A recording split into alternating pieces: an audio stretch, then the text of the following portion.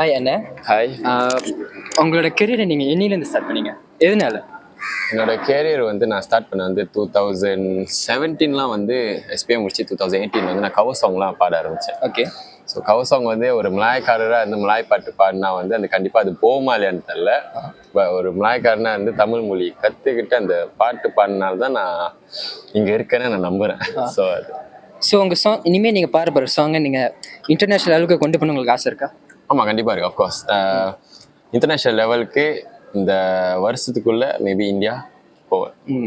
உங்கள் லைஃப்பில் இன்னும் எல்லாருக்கும் ஹெல்ப் பண்ணணும், இந்த பியூரான பீப்புள்ஸ்க்கு ஹெல்ப் பண்ணணும், உங்களுக்கு அந்த மாதிரி தாட்ஸ் எதாவது இருக்கா? இந்த மாதிரி கண்டிப்பாக எல்லாத்துக்கும் இருக்கும். எல்லாத்துக்கும் ஹியூமனிட்டி இருக்குது. ஸோ கண்டிப்பாக எல்லாரும் நல்லா இருந்தால் நம்மளுக்கு நல்லது. ஸோ அதே மாதிரி நம்ம இருக்கிறவங்களுக்கு வந்து நம்ம இல்லாதவங்களுக்கு உதவி பண்ணால் அது கண்டிப்பாக நாங்கள் வருகிற வாய்ப்பு இருக்கா உங்களுக்கு?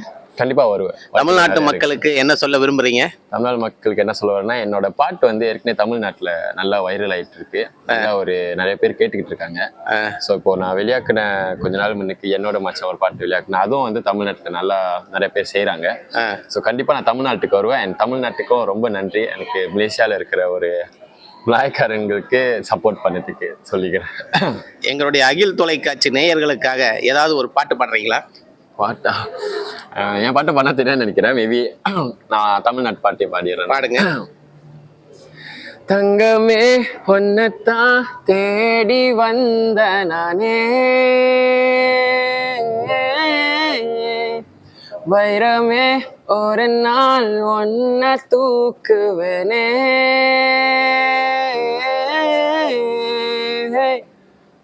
ரொம்ப நன்றி. அகில் தொலைக்காட்சி நேயர்களுக்கு வார்த்தை சொல்லுங்க நீங்களே. ரொம்ப நன்றி. இந்த வீடியோ பார்த்தீங்கன்னா கண்டிப்பாக சப்போர்ட் பண்ணுங்க. Thank you so much. ஏன்னா நான் மலேசியாவிலேருந்து பேசுகிறேன். நீங்கள் அங்கேருந்து பார்த்தீங்கன்னா ரொம்ப நன்றி. நன்றிங்க, நன்றி.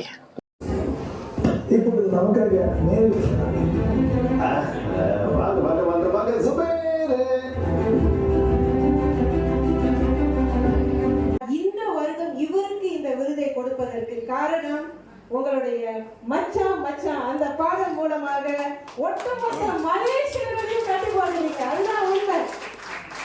ஏன்னா நான் பாட்டு கேட்க மாட்டேன், அதை பாட்டு கேட்பேன், தமிழுக்கு பாட்டு கேட்பேன். ஆனா காடியில கொஞ்ச நாளா உங்க பாட்டு தான் ஓடிக்கிட்டு இருக்கு. அந்த அளவுக்கு ஒரு தாக்கத்தை என்னிடமே உருவாக்கி இருக்கிறார் என்றால் உங்ககிட்ட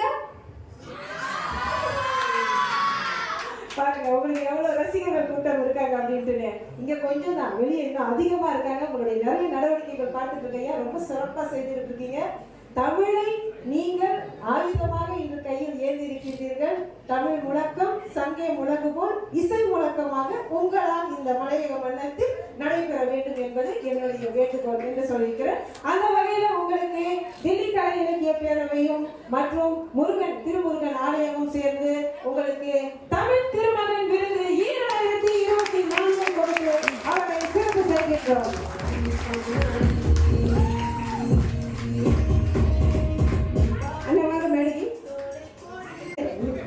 பாட்டுக்கு ஒருத்தருக்கு விருது கொடுக்கிறோம், பாட்டழகன் இல்லாமல் கொடுக்கலாமா? அதனாலதான் அவரை நான் சொன்னக்காட்டி அவங்க சொல்லிட்டீங்க.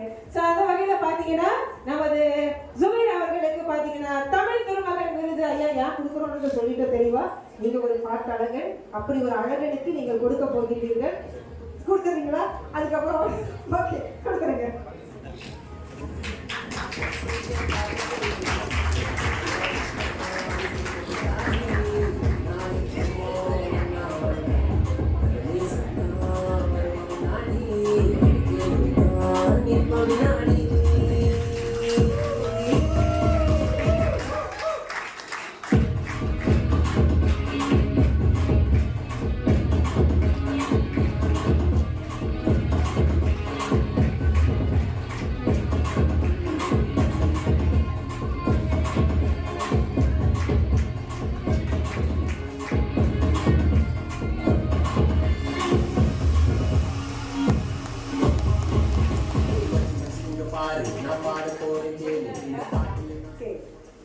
அவரை பத்தி நான் இவ்வளவு சொல்லலையா?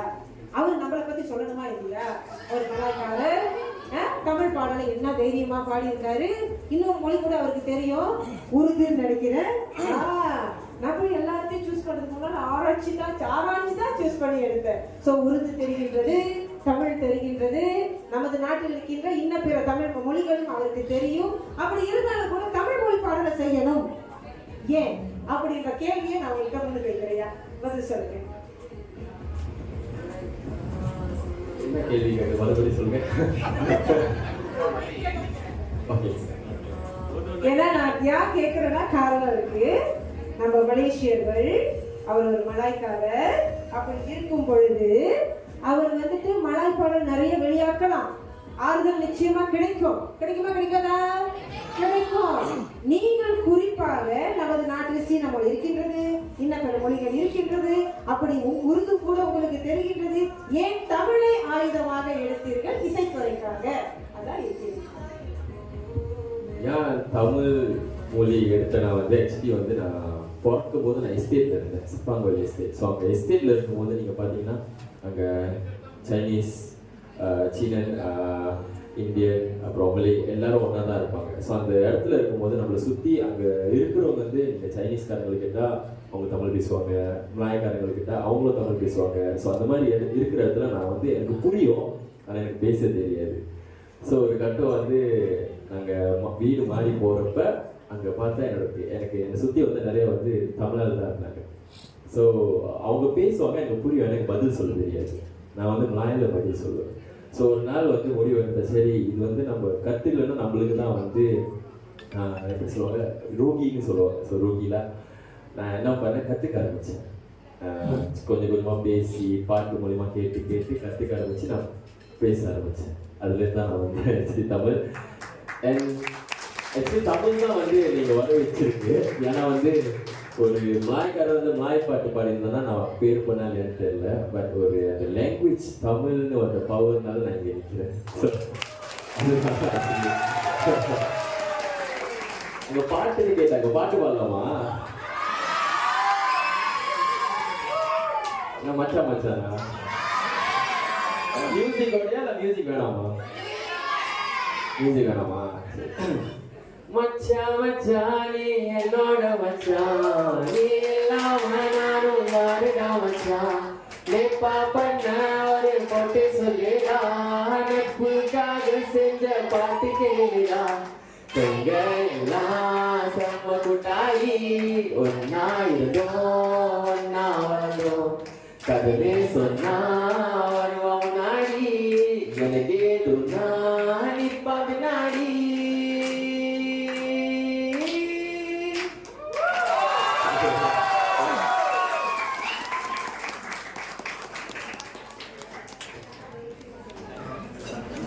எப்படி நோக்கம் நிறைவேறியதா?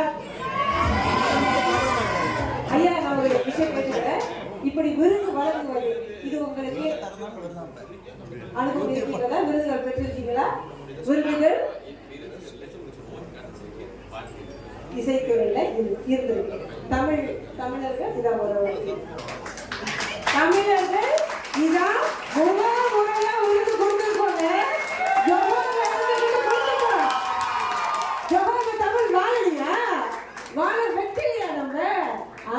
இதுதான் சங்க உலகின் நோக்கம். சோ இசைத்துறையில சாதிச்சிருக்கீங்க. அது மட்டும் நோக்கம் இல்லையா உங்களுக்கு கொடுத்தது? மன்னிச்சிருங்க, சில விஷயங்கள் நான் சொல்லணும். ஒரு தன்னம்பிக்கை பேச்சாளர் என்ற முறையில அவரை நம்ம ஒரு முன்னுதாரணமா பார்க்கணும்.